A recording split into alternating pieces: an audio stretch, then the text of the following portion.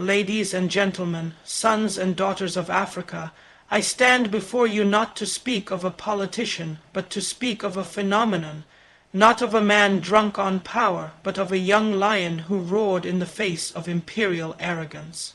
A man whose age they questioned, but whose courage they could not measure, in an era when too many leaders have become beggars in tailored suits, when the thrones of Africa have been sold to the highest foreign bidder. One man stood tall not for fame, not for fortune, but for freedom. His name, Ibrahim Traore, his weapon, not just a rifle, but conviction.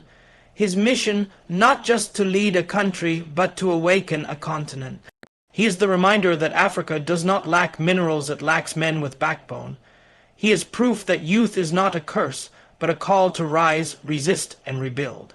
And so I say to you, if you wish to understand the fire of Thomas Sankara, the intellect of Nkrumah, and the fearlessness of Lumumba, look no further than the streets of Burkina Faso. For this young man shook the world, and the world is still trembling. They asked, what can a young man do? And the answer thundered not in whispers, but in action. A young man can lead. A young man can defy history. A young man can rise from the dust of forgotten streets and awaken an entire continent. A young man, when guided by principle and not pride, when driven by service and not self, can shake the very foundations of a sleeping world. They expected him to wait, to stay in the queue of silence, to bow before the traditions of submission, but instead he stood tall, not with arrogance, no, but with clarity, conviction, and a burning desire to see his people free. Ibrahim Traore did not inherit power, he earned it with vision. He did not ask to be remembered, he demanded that justice be restored. In an age where the youth are told they are too young to lead, too inexperienced to decide, too restless to rule, he shattered the myth with every step. He showed that wisdom is not always in gray hair sometimes. It is hidden in the hearts of those who still dream boldly, who are uncorrupted by decades of compromise. This young man, born not in luxury, but in the soil of struggle, refused to be just another soldier following orders. He saw that the greatest battlefield was not fought with bullets, but with beliefs. And in that battlefield, he chose to lead with courage. He chose to challenge those who had grown fat from the suffering of the people. He chose to speak when silence was safer. He chose to act when inaction was the tradition. He did not wait for history to write his name. He became the pen in the hand of fate. While others sought positions to enrich themselves, he sought to empower his people. While many built fences to keep the masses away, he walked among his people without fear. He became a mirror to a generation tired of betrayal, tired of puppet leaders, tired of the lies of development while living in poverty. He became a voice that echoed through the streets of Ouagadougou and across borders, reminding every young African that leadership is not about age, but about purpose. He did not raid revolutions in books, he lived one. He did not memorize speeches, he wrote his story with actions. When others shook hands with the very powers that looted the continent, he clenched his fists and said, "Not here, not anymore." When others bowed their heads in shame, he lifted his in defiance. When others blamed the past, he shaped the future. Let us be clear, he did not walk this path because it was easy. No, the road of revolution is lonely, the cost is high, the enemies are many, but he knew something many forget, that the cost of silence is far greater than the price of resistance. He knew that dignity is not negotiated, it is claimed, and so he rose, with discipline, not chaos, with order, not madness, with purpose, not noise. He gave hope to the barefoot child walking to school without books. He gave strength to the mother working 2 jobs just to feed her children. He gave voice to the farmer forgotten by corrupt officials, and he gave power to the youth not in theory, but in truth. In him they saw that you do not need to be rich to lead. You need to be right. You do not need to be chosen by the elite. You need to be chosen by conscience. When the world doubted, he proved. When they laughed, he led. When they tried to isolate him, his people embraced him, because deep down every oppressed soul knows the sound of truth, and truth is not always polite. Truth is not always welcome, but truth, when spoken with courage, becomes a revolution, and that is what this young man became, not just a leader, but a living revolution. He is a reminder that the youth of Africa are not just future leaders, they are present warriors. They are not waiting for change, they are becoming the change. He showed that power is not something you beg, for it is something you claim with clean hands and a pure heart. He reminded us that greatness begins the moment we stop asking for permission and start living with conviction. And so, I say to every young man and woman listening today, you are not too young to lead. You are not too small to matter. You are not too late to rise, because one young man shook the world, and now the world must answer. They said Africa was asleep. They said her people were too broken to rise, too divided to unite, too poor to fight back. They pointed to the diamonds in her rivers, the gold in her soil, the oil in her fields, and then laughed, because her children had none of it. But what they forgot was simple. Lions do not roar while they sleep. They wait, and when they rise, they do not rise gently. They rise with fire in their breath and thunder in their step. Today, across the plains and cities, the lions are rising. The youth are no longer silent. And if you want proof, look to the heartbeat of West Africa. Look to the voice that echoed from the capital of Burkina Faso. Look to the courage of a young man named Ibrahim Traore. He did not just rise for his nation. He rose for a generation. He rose for a continent whose veins have been drained, whose dreams have been delayed, whose dignity has been disrespected. He rose with the voice of the farmers whose land is taken and whose labor is stolen. He rose for the students whose schools lack light, but whose minds shine like the sun. He rose for the women who carry the burdens of families and nations, yet are told they do not belong in leadership. He rose not because he was the loudest, but because he listened the deepest. In every African capital there is a wound left by broken promises, foreign hands, and domestic betrayal. They dress it in policies. They cover it with speeches, but the youth feel the pain, they live it, they inherit it, and they are no longer willing to pass it down. The generation of fear has ended. The generation of fire has begun. It is led by those who are tired of leaders who fly to foreign capitals for instructions, while their people walk miles for water. It is led by those who are no longer impressed by medals on chests, but by truth on tongues.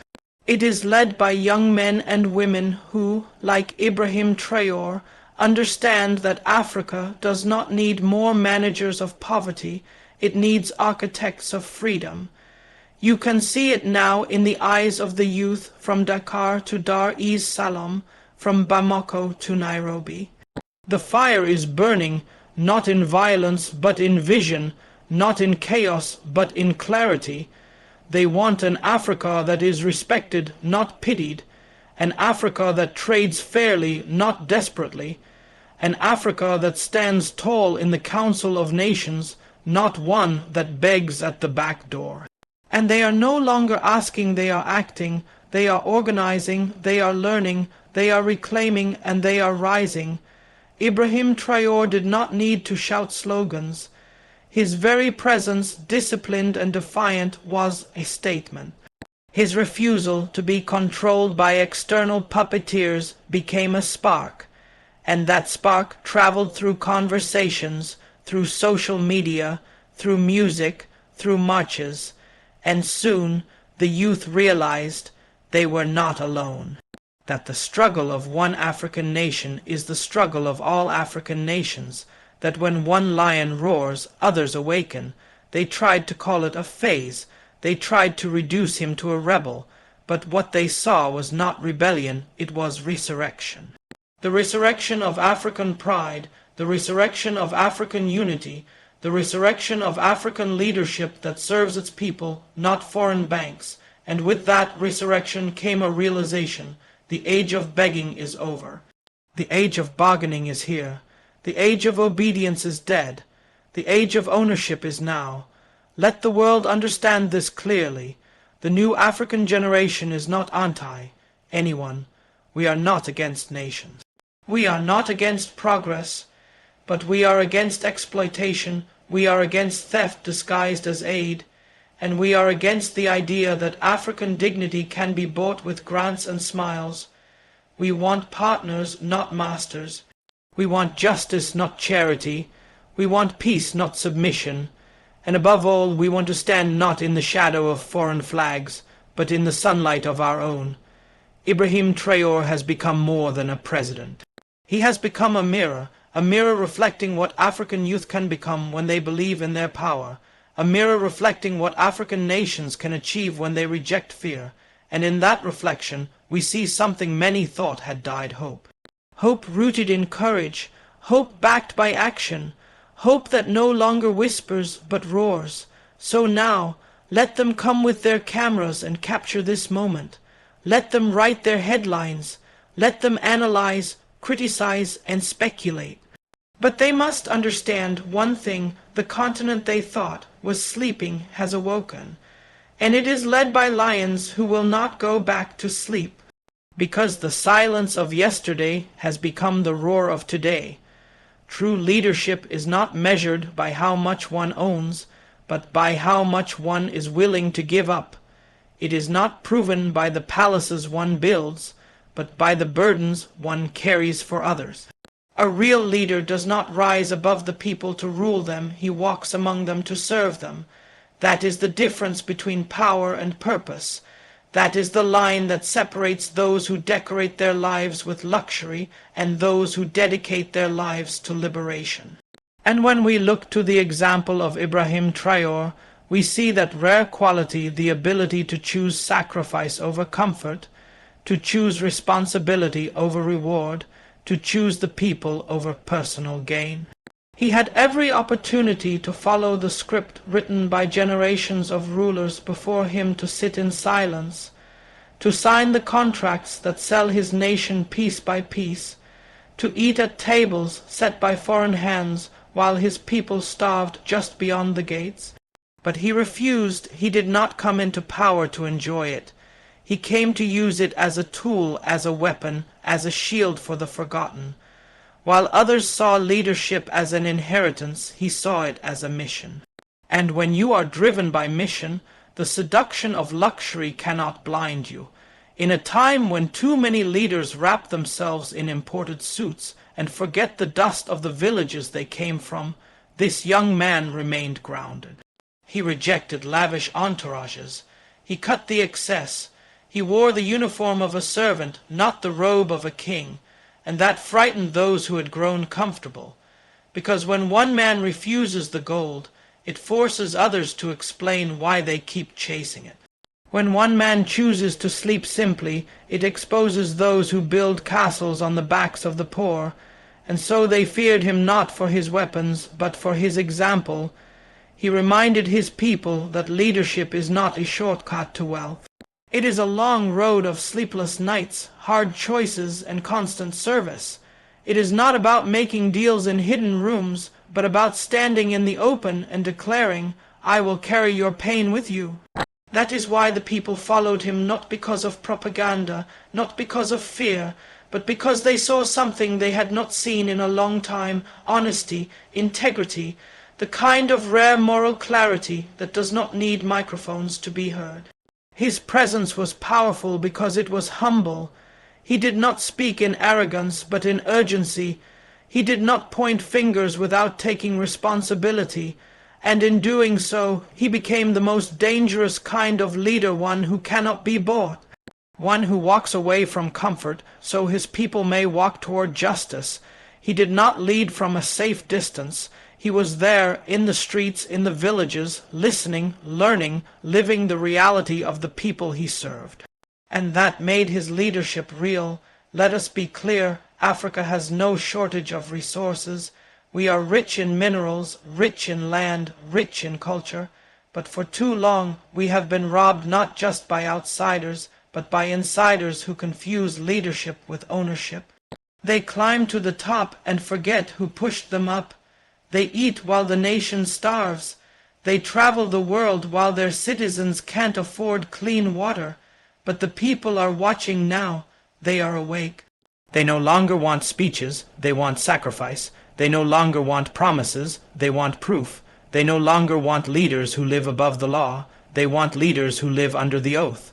Ibrahim Traore has shown what that looks like. A leader who denies himself so that the people might rise. A leader who walks away from riches so that others might walk toward dignity. A leader who proves that true power is not held in palaces, it is found in the hearts of the people who believe in your cause. When they see you give up comfort for their future, they will follow you into fire. This is the kind of leadership Africa needs.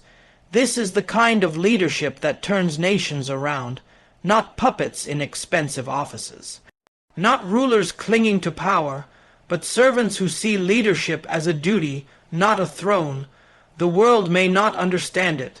Those who measure success in dollars will call it foolish. But those who measure legacy in lives touched, in minds awakened, in nations reclaimed, they will know it is the only leadership that matters. And so I say again, let the young leaders of Africa learn this one truth. If you want to lead your people, first learn to live like them. Because leadership without sacrifice is nothing but decorated betrayal. When the dust of time settles and the names of those who looted nations are forgotten, only one kind of leader will be remembered, the one who lit a fire in others.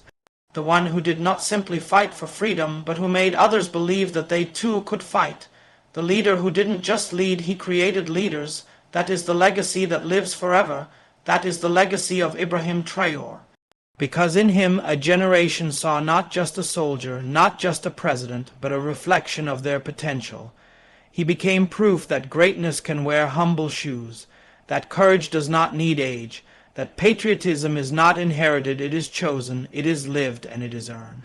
Across Africa you can feel the shift, the air is different. The silence that once blanketed our youth has been broken. From the slums of Nairobi to the streets of Bamako, from Accra to Kinshasa, young minds are rising. Not with violence, but with vision. Not with entitlement, but with energy. They are asking questions. They are building movements. They are challenging the systems that betrayed their parents. And they are no longer ashamed to call themselves African. Because now they see leadership that looks like them, that sounds like them, that walks like them, and more importantly, that sacrifices for them. We have told our children for too long that they must wait, that they must grow old before they are taken seriously. But Ibrahim Traore has destroyed that lie with action. He stood up and said what millions were thinking, that the future is not tomorrow, it is now. That African youth are not just the next chapter, they are the turning point. And he did not just say it, he lived it. By standing up at the age, they told him to sit down. He has opened a gate that cannot be closed. Now young people know that they can lead nations, they can challenge corruption, they can rewrite history, not in theory, not in dreams, but in real, living, breathing reality. This is not just inspiration. This is revolution, a revolution of the mind, a revolution of confidence, a revolution of purpose.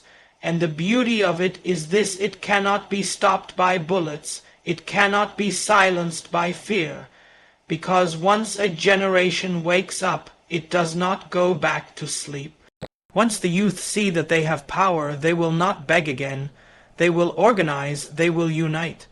They will rise not to destroy, but to build, not to hate, but to heal, not to steal, but to serve. Now the burden falls to us not just to celebrate this moment, but to multiply it. The youth need more than speeches. They need schools that teach truth, not colonial leftovers. They need leaders who mentor, not exploit. They need a system that rewards innovation, not submission. They need an economy that works for them, not one that exports their talents and imports dependency. We cannot tell them to love Africa if Africa gives them no room to breathe. We cannot expect patriotism without participation. We must open the doors, we must clear the path, we must protect those who dare to walk it, and make no mistake, the enemy sees this. The enemy is not just a flag or a foreign name. It is the mindset that tells the youth they are nothing. It is the system that crushes their dreams and calls it stability. It is the corruption that eats the future and demands silence. That enemy will try to distract them, divide them, tempt them. But if they hold the line, if they stay grounded in purpose and guided by example, they will win. Not because they are perfect, but because they are willing. Ibrahim Traore has already succeeded in one thing. He has shown young Africans that it can be done. That standing up does not require permission. That love for country can be louder than fear. That the continent's most powerful army is not one with tanks, it is one with teachers, thinkers, builders, and doers. And those soldiers wear no uniform, they wear determination, they wear vision, they wear hope. Let us teach our youth not to imitate the West, but to inspire the world. Let us raise young men who love justice more than comfort. Let us raise young women who lead without fear. Let us raise patriots who do not wait for a better Africa, but create one, because a continent is not changed by its richest, but by its bravest, and now the bravest have awakened, and they will not return to silence.